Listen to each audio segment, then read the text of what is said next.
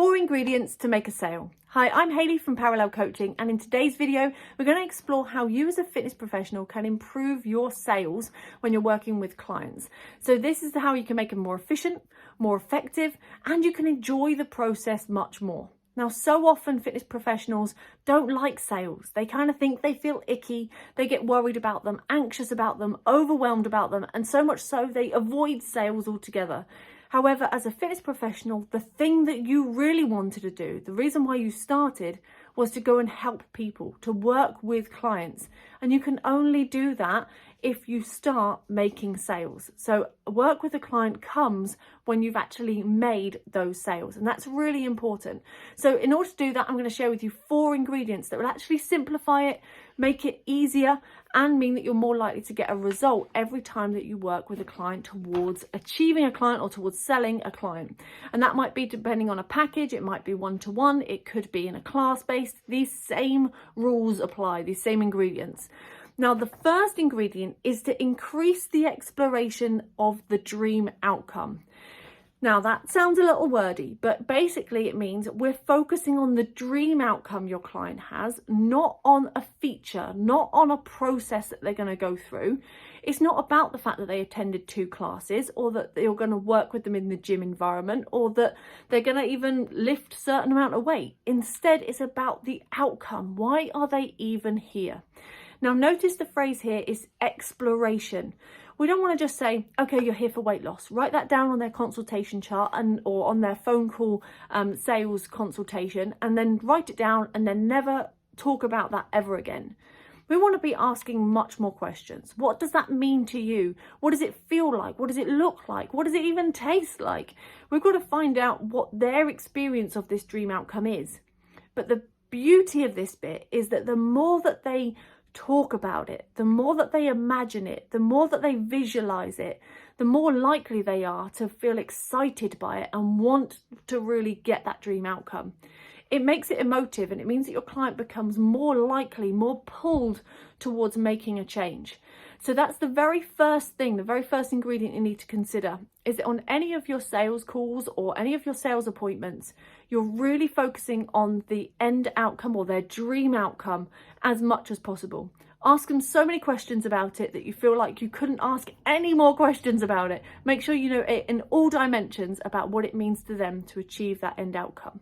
And the same applies in your marketing. You're going to relate that marketing side of that message much more to show that you're talking about outcomes and dream outcomes rather than the process of what you're doing. So, second ingredient that you need to know about is to also increase something. This is to increase the likelihood of achievement. So we've had increase the exploration of their dream outcome, but now increase the likelihood that they're actually going to achieve that end outcome. If they think their end outcome is so far away, that dream outcome is so far away, they won't be excited by it. There'll be too many barriers in the way. There'll be too much stuff that makes them think they could never achieve it. So rather than talking about how hard it's going to be, how much weight they've got to lift, how sweaty they're going to get, and all the different calories and things they've got to count, how do we make it really straightforward so that they actually feel like they're going to achieve it? So that they could go, oh, actually, I could achieve that. It's simple, it's straightforward. There's a really nice clear link or steps to follow in order to achieve it. And this increases the likelihood of achievement. Usually the reason why people drop out of something or they stop making progress is because of their own self-doubt, their own internal worries. So they're a big part of what you're going to offer in terms of accountability and support and guidance and simplicity to make sure that you're working with your client to really guide them every step of the way. If you turned around and said, I'm not going to see you at any point, here's a program card, you've got to go and do it on your own. You do that infinite numbers of times every week and you will get your result. It's too much of a gap and there's too much limiting their achievement. We want to improve the chances and the likelihood that they will actually achieve it. So in order to do that, keep it simple, keep it guided and supportive as much as possible, and also show examples of how similar people, similar types of clients have achieved the similar kind of outcome. And this means that if you have an ideal client, let's just say you always work with busy mums, and that's the type of client you're going after, then if you can show an image or a story about another busy mum that has achieved her dream outcome, then you're going to be able to help that person understand how they also can. And that will involve you starting to break down barriers and show that actually, if they're busy, they don't want to have to do an hour and a half in the gym or 2 hours in the gym at a time because they can't fit it in. Show them that the increased likelihood of achievement by working with you is that it'll only take 20 minutes at a time, but you're going to do it more often. This is all about increasing their likelihood of achievement. If you can do that inside the sales conversation, you're going to start progressing really well. The third ingredient is to actually reduce the time delay. Now, the reduction of time delay doesn't mean we're going to offer this quick fix that means that you can get all of your results, all of your dream outcome inside a week. It doesn't work like that. But what we can do is we can start breaking it down into something more achievable in a small time frame. Rather than now saying, right, the dream outcome's over there, it's a year away, and that's what you want to achieve. You need to enroll with me for a year-long program.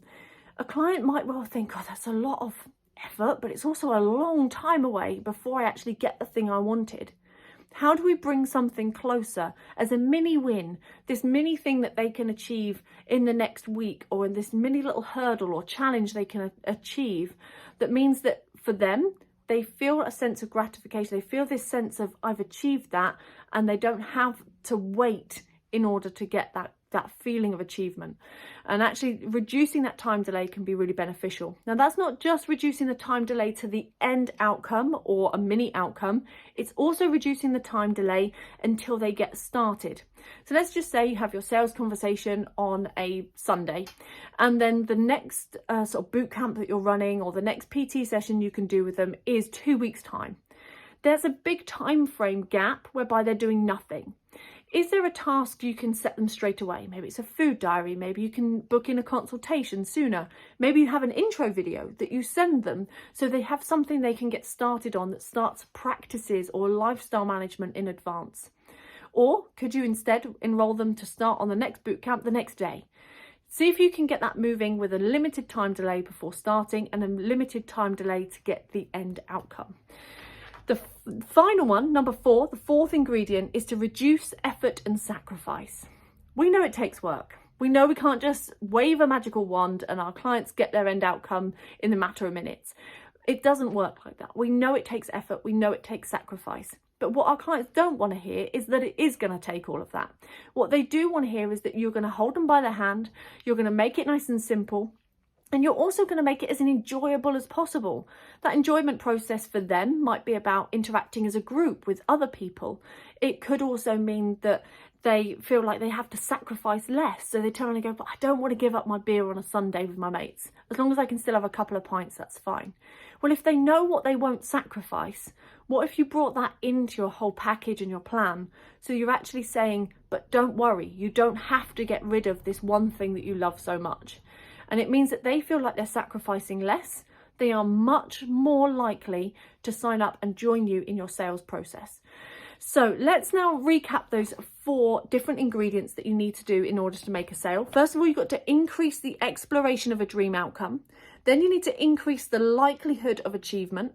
You also need to reduce the time delay and reduce the effort and sacrifice that the client has to make. Now, you don't have to do them in that order, but all the components of your sales conversation needs to consider those.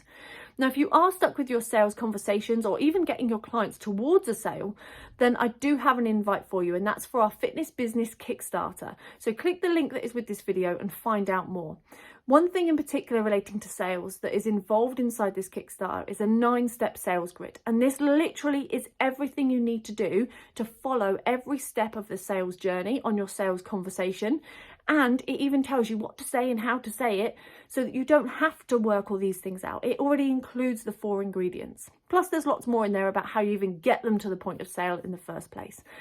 So if you do need more help with building your fitness business, then please do click that link and join us. Outside of that, I really hope you got a lot of information from today's video and you can use it to help you make more sales as a fitness professional. I'd love to know what your big takeaway has been, so drop a comment below and also hit the subscribe button so that we can see you on future YouTube videos as well. Have a lovely day ahead and take care.